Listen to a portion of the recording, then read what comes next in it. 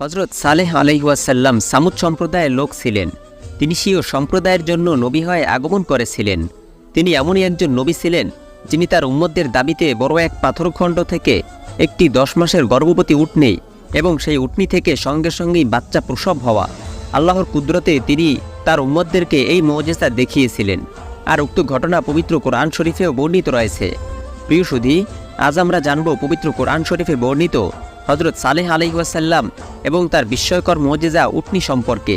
তাই ধৈর্য ধরে ভিডিও শেষ অবধি থাকুন। সামুদ সম্প্রদায় হেজর নামক স্থানে বসবাস করত। কোরআন শরীফে তাদেরকে আসহাবে হেজর বলা হয়েছে। হিজাজ ও সিরিয়ার মধ্যবর্তী স্থানে ওয়াদিয়ে কুরা পর্যন্ত যে বিশাল প্রান্তর রয়েছে তাই সামুদ সম্প্রদায়ের বাসস্থান ছিল। বর্তমানে এই স্থানটি ফজদুন নাকা নামে প্রসিদ্ধ। এমনকি অত্র এলাকায় এখনও সামুদ সম্প্রদায়ের বাড়িঘরের ধ্বংসাবশেষের চিহ্ন পাওয়া যায়। পূর্ববর্তী সম্প্রদায়গুলোর ন্যায় সামুদ সম্প্রদায়ও মূর্তি পূজক ছিল। মহান সৃষ্টিকর্তা আল্লাহ পাককে বাদ দিয়ে মূর্তি পূজা ও শিরকের মধ্যে লিপ্ত হয়ে পড়েছিল। তাদের সংশোধন ও হেদায়েতের জন্য আল্লাহ পাক হজরত সালেহ আলাইহিওয়াসাল্লামকে প্রেরণ করলেন।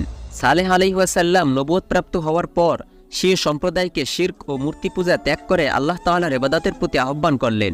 তিনি তাদেরকে বিভিন্নভাবে উপদেশ প্রদানের মাধ্যমে সৎপথে আনয়ন করার চেষ্টা করলেন এবং আল্লাহ প্রদত্ত নিয়ামতের কথা স্মরণ করিয়ে দিয়ে তাদের কৃত পাপের জন্য আল্লাহ তাআলার কাছে ক্ষমা প্রার্থনা করার আহ্বান জানালেন। আর উক্ত ঘটনা পবিত্র কোরআন শরীফের সূরা হুদের 61 নং আয়াতে আল্লাহ তাআলা এভাবে ইরশাদ করেন, হে আমার জাতির লোকেরা, তোমরা কেবল আল্লাহরই ইবাদত করো, তিনি ছাড়া তোমাদের আর কোনো ইলাহ নেই। তিনি তোমাদেরকে জমিন হতে সৃষ্টি করে জমিনের উপর বসবাস করতে দিয়েছেন। কাজেই এই মহান নিয়ামত দাতার কাছে স্বীয় কৃতকর্মের অপরাধ ক্ষমা চাও, অনন্তর তার দিকে প্রত্যাবর্তন করো। নিঃসন্দেহে আমার রব ক্ষমা প্রার্থনাকারীদের নিকটবর্তী এবং তাদের অপরাধ মার্জনাকারী। কিন্তু তার গোত্রের লোকেরা তার নসিহত ও উপদেশ কবুল না করে তারা তাকে পথভ্রষ্ট বলে প্রমাণ করার জন্য উঠে পড়ে লাগলো। নবুয়তের দাবি করার পূর্বে সালেহ আলাইহিওয়াসাল্লামের মধ্যে উত্তম গুণাবলী ও তার যোগ্যতা প্রত্যক্ষ করে তারা আশা করেছিল যে তিনি তাদের গোত্রের নেতৃত্ব দেবেন। তাকে সামনে রেখেই পূর্বপুরুষদের ধর্মীয় আচার অনুষ্ঠান পালন করা যাবে। কিন্তু নবুয়তের দাবি করে তাদের সমস্ত আশা ভরসা পানিতে ভাসিয়ে দিল। কারণ এখন তিনি তাদের পিতৃপুরুষের ধর্মীয় আচার অনুষ্ঠান ত্যাগ করে একমাত্র আল্লাহর ইবাদতের দিকে আহ্বান করছেন। অথচ তারা কোনো অবস্থাতেই স্বীয় পূর্বপুরুষদের উপাস্যদের পরিত্যাগ করতে সম্মত নয়। হজরত সালেহ আলাইহিওয়াসাল্লাম তাদের জবাবে বললেন, হে আমার সম্প্রদায়ের লোকেরা, তোমরাই বলো, যদি আমি স্বীয় প্রতিপালকের পক্ষ হতে উজ্জ্বল প্রমাণসহ কায়েম থাকি এবং আল্লাহ পাক স্বীয় পক্ষ হতে আমাকে নবুয়ত প্রদান করে আমার প্রতি অনুগ্রহ করে থাকেন, আর আমি যদি তার অবাধ্য হয়ে যাই এবং তোমাদের কথা মতো দাওয়াত ও তাবলীগের কাজ বর্জন করি, তাহলে আল্লাহর আযাব হতে আমাকে কে বাঁচাবে? সুতরাং তোমরা আমাকে এরূপ খারাপ পরামর্শ হতে বিরত থাকো। সালেহ আলাইহিওয়াসাল্লাম তার সম্প্রদায়ের লোকদেরকে এভাবে বারবার বুঝাচ্ছেন এবং উপদেশ দিতে থাকেন। কিন্তু তার সম্প্রদায়ের লোক তারা কোনো অবস্থাতেই তার উপদেশের প্রতি কর্ণপাত করেনি, বরং তার বিরোধিতায় আরও উঠে পড়ে লাগলো। এবং কিভাবে তাকে তর্ক বিতর্কের মাধ্যমে পরাজিত করে লজ্জা দেয়া যায় এবং সত্যের প্রচারে এবং প্রসারের পথে প্রতিবন্ধকতা সৃষ্টি করা যায়, এ ব্যাপারে বারবার তারা প্রয়াস চালায়। যদিও তখন পর্যন্ত সম্প্রদায়ের মাত্র কয়েকজন দুর্বল ও অসহায় লোক আল্লাহ পাকের প্রতি ঈমান এনে মুসলমান হয়েছিল, কিন্তু সম্প্রদায়ের বাতিল মতবাদ পরিত্যাগ করেনি। আল্লাহ পাক প্রদত্ত সুখ শান্তি ও ধন সম্পদের মধ্যে ডুবে থেকেও আল্লাহ পাকের শুকরিয়া তারা আদায় করেনি, বরং গর্ব ও অহংকারে ফেটে পড়ার উপক্রম হয়ে পড়েছে। বারবার সালেহ আলাইহিওয়াসাল্লামের নবুয়ত ও রিসালাত অস্বীকার করে চলেছে। অবশেষে তার নবুয়তের প্রতি চ্যালেঞ্জ করে বসেছে, তার নবুয়তের সত্যতার উপর প্রমাণ আনার দাবি করতেছে। হজরত সালেহ আলাইহিওয়াসাল্লাম সেই নবুয়তের সত্যতার প্রমাণ পেশ করতে সম্মত হলেন। তিনি তাদেরকে জিজ্ঞেস করলেন তারা কি ধরনের প্রমাণ দেখতে চায়। হেজের শহরের উপকণ্ঠে একটি বড় পাথরখণ্ড ছিল। সেই পাথরটির নাম ছিল ফাতিমা। তারা বলল, তিনি যেন মুজিজা হিসেবে উক্ত পাথর হতে 10 মাসের গর্ভবতী একটি উটনী বের করে আনেন, আর উটনী বের হওয়ার সাথে সাথেই যেন এটার গর্ভ হতে একটি বাচ্চা জন্ম নেয়। সালেহ আলাইহিওয়াসাল্লাম তাদের থেকে এই মর্মে প্রতিশ্রুতি গ্রহণ করলেন যে যদি আল্লাহ পাক তাদের দাবি অনুযায়ী মুজিজা প্রকাশ করেন, তাহলে তারা আল্লাহ পাকের প্রতি ঈমান আনবে কিনা। তারা সকলে প্রতিজ্ঞা করল যে যদি আল্লাহ পাক তাদের শর্ত মোতাবেক মুজিজা প্রকাশ করেন, তাহলে তারা সকলেই ঈমান গ্রহণ করবে। তাদের প্রতিশ্রুতি গ্রহণ করে সালেহ আলাইহিওয়াসাল্লাম নামাজে দাঁড়িয়ে পড়লেন। নামাজ শেষ করে আল্লাহ পাকের নিকট দোয়া করলেন। সালেহ আলাইহিওয়াসাল্লাম দোয়া করা অবস্থাতেই পাথরটি নড়ে উঠল। তখনই হঠাৎ করে পাথরটি ফেটে 10 মাসের গর্ভবতী একটি উটনি বের হয়ে আসলো এবং সাথে সাথে উটনির একটি বাচ্চা জন্ম নিয়ে উটনির চারপাশে ঘুরতে লাগলো। সালেহ আলাইহিস সালামের এমন মুজিজা দেখে সামুদ সম্প্রদায়ের প্রধান জুলদা বিন আমর ও তার সঙ্গী সাথীরা সাথে সাথে আল্লাহ পাকের প্রতি ঈমান গ্রহণ করলো। তখন অন্যান্যরাও আল্লাহ পাকের প্রতি ঈমান গ্রহণ করার ইচ্ছা করেছিল, কিন্তু জাওয়াব বিন আমর বিন সেবিত, সামুদ সম্প্রদায়ের মূর্তি প্রস্তুতকারক আল হাবাব এবং তাদের গণক ঠাকুর রিবাব বিন চার বিন জালহাম সহ আরও অনেকে অবশিষ্ট লোকদেরকে ঈমান গ্রহণ করা থেকে বিরত রাখল। অতঃপর হজরত সালেহ আলাইহিস সালাম তার সম্প্রদায়ের লোকদেরকে উদ্দেশ্য করে বললেন, হে আমার সম্প্রদায়, নিশ্চয়ই তোমাদের প্রতিপালকের পক্ষ হতে আমার নবুয়তের সত্যতার প্রমাণস্বরূপ তোমাদের নিকট এক উজ্জ্বল প্রমাণ এসেছে। তা হলো আল্লাহ পাকের এই উটনি। সুতরাং তোমরা তাকে আল্লাহ পাকের জমিনে ছেড়ে দাও, যেখান হতে ইচ্ছে ঘাস খাবে, আর তোমরা কোনো খারাপ নিয়তে এর গায়ে স্পর্শ করবে না। যদি এরূপ করে থাকো তাহলে আল্লাহর গজব তোমাদেরকেও ঘেরাও করবে। অতঃপর আল্লাহ পাক হজরত সালেহ আলাইহিস সালামকে লক্ষ্য করে বললেন যে, হে নবী, আপনি ধৈর্য ধারণ করুন। আমি এই উষ্ট্রিকে প্রেরণ করেছি তাদের পরীক্ষা করার জন্য। সুতরাং পরীক্ষাকাল পর্যন্ত আপনাকে অপেক্ষা করতে হবে, আর এই পরীক্ষা হবে উষ্ট্রির সাথে সম্পর্কিত কিছু নিয়ম পালনের মাধ্যমে। এদের শহরে একটি কূপ ছিল, ওই কূপের পানি শহরবাসী সকলেই পান করত, কিন্তু আল্লাহর প্রেরিত সেই কুদরতি উটনি সেই কূপের পানি পান করলে কূপের সমস্ত পানি শেষ হয়ে যেত। সম্প্রদায়ের লোকেরা কূপে অবশিষ্ট কোনো পানিই পেত না। সুতরাং সম্প্রদায়ের লোকদের জন্য এটা একটা মুশকিল হয়ে পড়েছিল।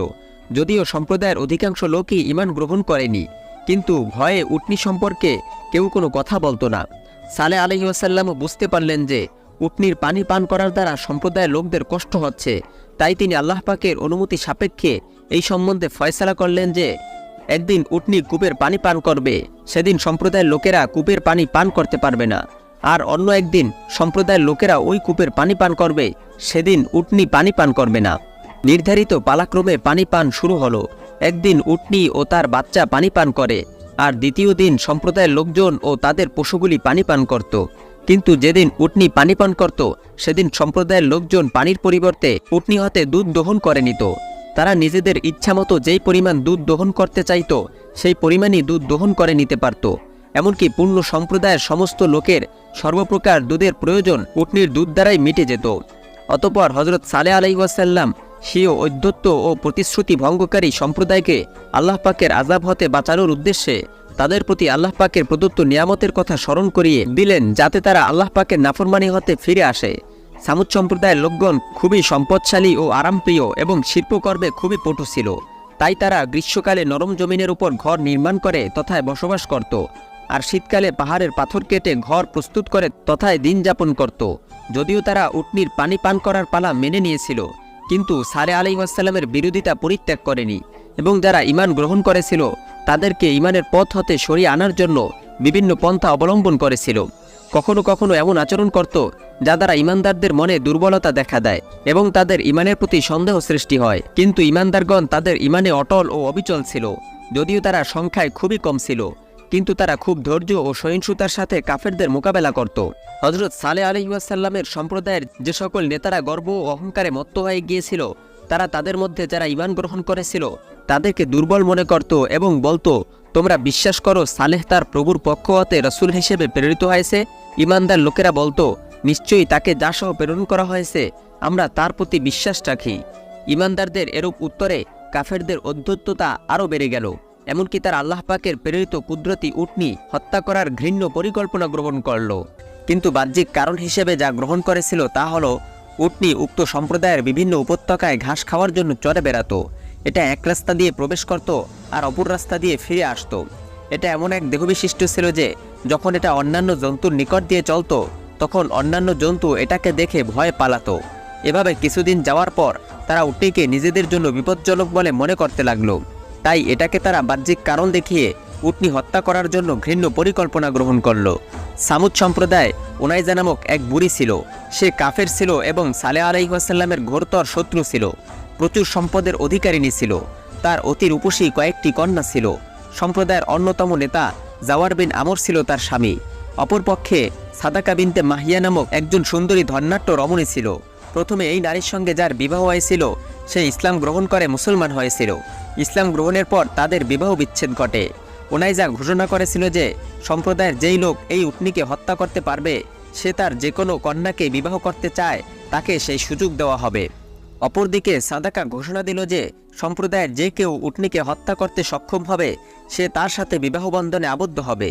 সাদকা প্রথমে আল হাবাব নামক সম্প্রদায়ের এক নেতার নিকট গিয়ে তার ইচ্ছা ব্যক্ত করল যে সে যদি উটনী হত্যা করতে সক্ষম হয় তাহলে সে নিজেকে তার হাতে সোপর্দ করবে, কিন্তু আল হাবাব তা অস্বীকার করল। অবশেষে সাদকা তার স্বীয় চাচাতো ভাই মিসদাকে এই কার্যের জন্য আহ্বান করল। মিসদা তার প্রস্তাবে সম্মতি প্রকাশ করল, আর ওনাইজা নামক সেই বুড়ি কেদার বিন সালাফকে এই কার্যের জন্য আহ্বান করল। কেদার বিন সালাফ অতি সুশ্রী লাল বর্ণের খাটো দেহবিশিষ্ট এক ব্যক্তি ছিল। ওনাইজা বুড়ি তার নিকট এই প্রস্তাব পেশ করল যে যদি কেদার উটনী হত্যা করতে সক্ষম হয় তাহলে ওনাইজা স্বীয় কন্যাদের থেকে যে কোনো এক কন্যাকে তাকে দান করবে। কেদার বিন সালাফ তার প্রস্তাব কবুল করে মিসদাককে সঙ্গে নিয়ে উটনী হত্যা করার জন্য চলল। এরপর তাদের সঙ্গে আরও 7 জন যোগ দিয়ে মোট 9 জন হলো। তারা সকলেই উক্ত সম্প্রদায়ের নেতৃস্থানীয় লোক ছিল। এভাবে সমস্ত কাফেররা তাদের কার্যে সহযোগিতা করল। তারা লক্ষ্য রাখল কখন উটনী পানি পান করে ফিরে আসে। কেদার বিন সালাফ পথের এক পার্শ্বে একটি পাথরের গা ঘেঁষে চুপ করে দাঁড়িয়ে রইল, আর মেজদা অন্য একটি পাথরের আড়ালে ওত পেতে বসে রইল। যখন উটনী মেজদার নিকট দিয়ে যাচ্ছিল তখন সে ওটার প্রতি তীর নিক্ষেপ করল। তীর উটনীর পায়ে বিদ্ধ হলো। এমত অবস্থায় ওনাইজা বুড়ি তার এক কন্যাকে কেদারের সম্মুখে আসার নির্দেশ দিল। ওনাইজা বুড়ির এক অতুলনীয় সুন্দরী কন্যা তার মন ভুলানো মুখশ্রী নিয়ে কেদারের সামনে উপস্থিত হওয়ার পর কেদার তাকে পাওয়ার আশায় তলোয়ার নিয়ে উটনীর উপর ঝাঁপিয়ে পড়ল। তলোয়ারের আঘাতে উটনীর পায়ের নিচের অংশ কেটে গেল। উটনী খুব জোরে আওয়াজ করে মাটিতে পড়ে গেল। অতঃপর কেদার বর্ষা দ্বারা উটনীকে হত্যা করল। এদিকে উটনীর বাচ্চা এই বিপদ দেখতে পেয়ে দৌড়িয়ে পাহাড়ে চলে গেল। পাহাড়ে গিয়ে একটি পাথরের উপর উঠল। 3 বার খুব জোরে আওয়াজ দেওয়ার পরে পাথরটি ফেটে গেল, আর উটনীর বাচ্চাটি ওই পাথরের ফাটার ভিতর ঢুকে পড়ল। এভাবে উটনীর বাচ্চা লোকচক্ষুর অন্তরালে চলে গেল। হজরত সালেহ আলাইহিস সালাম উটনী হত্যার খবর পেয়ে খুবই দুঃখিত হলেন এবং সেখানে উপস্থিত হয়ে তাদেরকে এক স্থানে সমবেত দেখতে পেলেন। তিনি উটনী মৃত দেখে খুবই কান্নাকাটি করলেন। এরপর সালেহ আলাইহিস সালাম তখনই আল্লাহর হুকুমে বলে দিলেন যে ঠিক 3 দিন পর তোমাদের প্রতি আল্লাহর আযাব আসবে। এটা আল্লাহ পাকের ওয়াদা, এটা অবশ্যই হবে, এটা না হওয়ার কোনোই সম্ভাবনা নেই। যে সম্প্রদায়ের অবস্থা খারাপ হয়ে যায়, স্বভাব বিগড়িয়ে যায়, তাদেরকে কোনো নসিহত ও সতর্কবাণী ফল দিতে পারে না, বরং তারা তার বাণীর প্রতি উপহাস ও ঠাট্টা করতে লাগলো আর বলতে লাগলো যে এই আযাব কিরূপ, কোথা হতে আসবে, এর আলামত কি? হজরত সালেহ আলাইহিস সালাম বললেন যে আযাবের আলামত তোমরা শুনে রাখো। আগামীকাল বৃহস্পতিবার তোমাদের সকলের চেহারা হলুদ বর্ণ ধারণ করবে। নারী, পুরুষ, বাচ্চা, বৃদ্ধ কেউই এটা থেকে রক্ষা পাবে না। এরপর শুক্রবার তোমাদের সকলের চেহারা লাল বর্ণ হয়ে যাবে, আর শনিবার তোমাদের চেহারা ঘোর কালো বর্ণ ধারণ করবে। এটাই তোমাদের শেষ দিন হিসেবে পরিগণিত হবে। কিন্তু এই সম্প্রদায় আযাবের কথা শুনেও আল্লাহ পাকের নিকট গুনাহ মাফ চাওয়া তো দূরের কথা, বরং সালেহ আলাইহিস সালামকে হত্যার সিদ্ধান্ত গ্রহণ করল। তারা বলতেছিল যে যদি সালেহ আলাইহিস সালাম সত্যবাদী হন তাহলে তো অবশ্যই আমাদের প্রতি আযাব নেমে আসবে, সুতরাং আমরা ধ্বংস হওয়ার পূর্বে সালেহকেও ধ্বংস করে ফেলব। আর যদি তিনি মিথ্যাবাদী হন তাহলে মিথ্যার শাস্তিস্বরূপ তাকে হত্যা করা হবে। এরপর পুনরায় তারা 9 জন একত্রিত হলো। অতঃপর তারা হজরত সালেহ আলাইহিস সালামকে হত্যা করার জন্য রাত্রিবেলায় তার ঘরে আসলো। আল্লাহ পাক তখন আকাশ হতে তাদের প্রতি পাথর বর্ষণ করলেন, আর পাথর বর্ষণের দ্বারা তাদেরকে জীবাণু ঘাসের ন্যায় করে দিলেন। তারা নির্ধারিত সময় সম্প্রদায়ের লোকদের নিকট ফিরে না আসায় তারা অস্থির হয়ে পড়ল। অবশেষে সালেহ আলাইহিস সালামের বাড়িতে এসে দেখল যে তাদের 9 জন নেতার মৃতদেহ ছিন্ন ভিন্ন অবস্থায় পড়ে রয়েছে। তখন সম্প্রদায়ের লোকেরা সালেহ আলাইহিস সালামকে বলল যে আপনি আমাদের এই 9 জন নেতাকে হত্যা করেছেন। অতঃপর তারা সালেহ আলাইহিস সালামকে হত্যা করে প্রতিশোধ গ্রহণের উদ্যোগ নিল। কিন্তু হজরত সালেহ আলাইহিস সালামের বংশের লোকেরা তাদেরকে বাধা দিল। সালেহ আলাইহিস সালামের পক্ষ হতে অস্ত্র ধারণ করল। আল্লাহর কসম, তাকে হত্যা করতে তোমাদেরকে কখনো আমরা সুযোগ দেব না। তিনি প্রতিশ্রুতি দিয়েছেন যে 3 দিনের মধ্যে অবশ্যই তোমাদের প্রতি আযাব নেমে আসবে। যদি এই ব্যাপার সত্যবাদী হয় তাহলে এখন তাকে কিছু করতে গেলে আল্লাহ পাক তোমাদের প্রতি অধিক অসন্তুষ্ট হবেন, সুতরাং আল্লাহ পাককে অধিক রাগান্বিত করিও না। আর যদি তিনি মিথ্যাবাদী হন তাহলে তোমরা 3 দিন পর যা ইচ্ছা তাই করিও।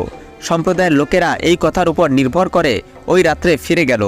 সামুদ সম্প্রদায়ের নেতারা পরস্পরে পরামর্শ করল যে সালেহ 3 দিন পর আমাদেরকে ধ্বংস করে আমাদের হাত থেকে পরিত্রাণ পাওয়ার চেষ্টা করতেছে, কিন্তু আমরা এটার পূর্বেই তাকে এবং তার অনুসারীদেরকে হত্যা করে তাদের হাত হতে পরিত্রাণ পেতে চাই। হিজর শহরের উপকণ্ঠে এক পাহাড়ের গুহায় সালেহ আলাইহিস সালাম একটি নামাজের ঘর তৈরি করে নিয়েছিলেন। তিনি তথায় নামাজ আদায় করে নিতেন। সম্প্রদায়ের লোকেরা সালেহ আলাইহিস সালামকে হত্যা করার জন্য পাহাড়ের গুহার দিকে চলল। তারা বলাবলি করতে লাগলো যে যখন তিনি নামাজ পড়ার জন্য এখানে আগমন করবেন তখন আমরা তাকে হত্যা করব।